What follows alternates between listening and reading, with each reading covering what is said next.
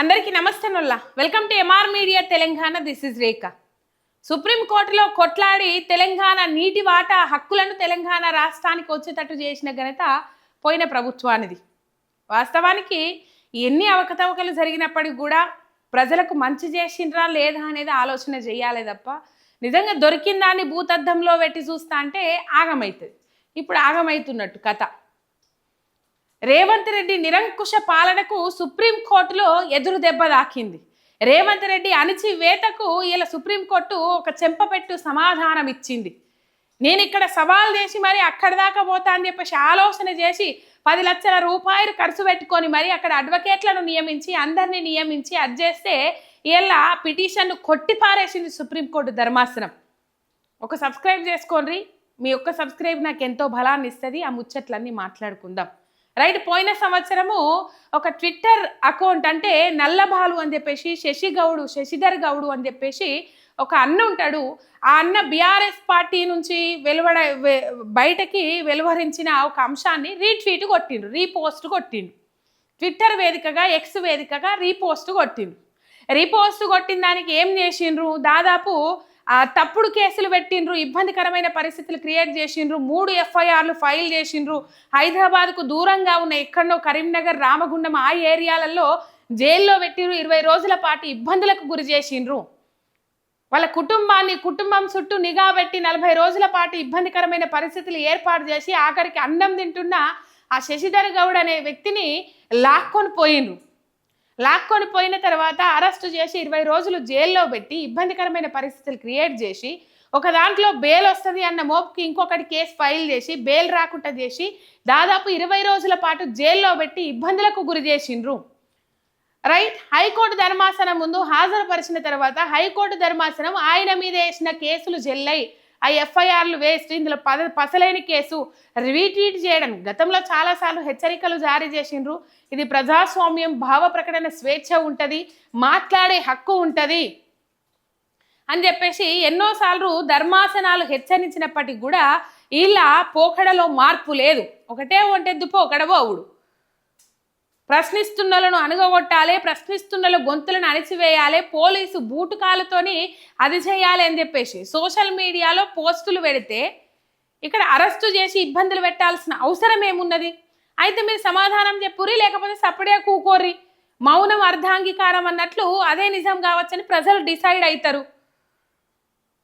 Social మీడియాలో viral అవుతున్న దానికి సోషల్ మీడియాలో పోస్టులు వ్యక్తిగతంగా పెట్టింది కూడా కాదు, రీపోస్ట్ కొట్టినందుకు కేసు పెట్టి ఇబ్బందికరమైన పరిస్థితులు క్రియేట్ చేసి సైబర్ ఫ్రాడ్కు సంబంధించి 200 కోట్ల రూపాయల కేసు, అక్రమ కేసు కూడా పెట్టిరట.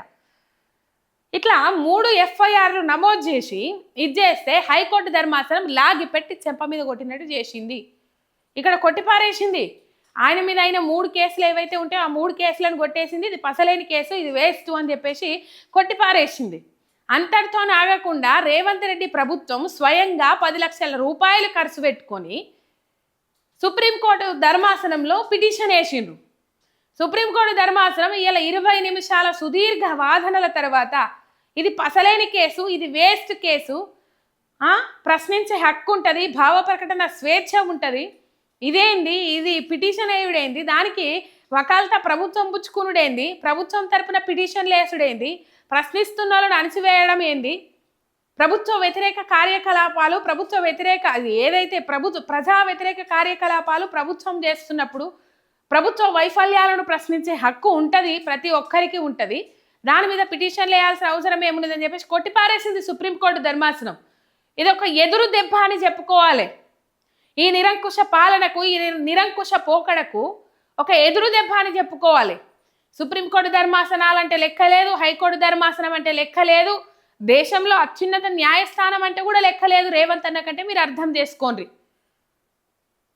మొన్న హరీష్ రావు గారి మీద ఫైల్ అయిన కేసు విషయంలో కూడా ఇక్కడ హైకోర్టు కొట్టేసినాక మళ్ళా సొంతంగా పైసలు ఖర్చు పెట్టుకొని మళ్ళీ సుప్రీంకోర్టులో పిటిషన్ దాఖలు చేస్తే సుప్రీంకోర్టు ఆ పిటిషన్ కూడా కొట్టేసింది. సుప్రీంకోర్టు దాకా పోవాలంటే ఓ విలువ ఉండాలి, ఆ కేసుకో లెక్క ఉండాలి, దాంట్లో ఇంత పసు ఉండాలి. పసలేని కేసులు పట్టుకొని అక్కడి దాకా పోతా పిటిషన్లు ఎత్తా లాగి పెట్టి చెంప మీద సుప్రీంకోర్టు ధర్మాసనం కొడుతుంది, కొట్టిన తర్వాత చెంపలు వాయించుకుంటా అన్నట్టు చేస్తా ఉన్నది ఈ రేవంత్ రెడ్డి సర్కార్. ఇంకా అంతకు మించి ఏమీ లే. రైట్.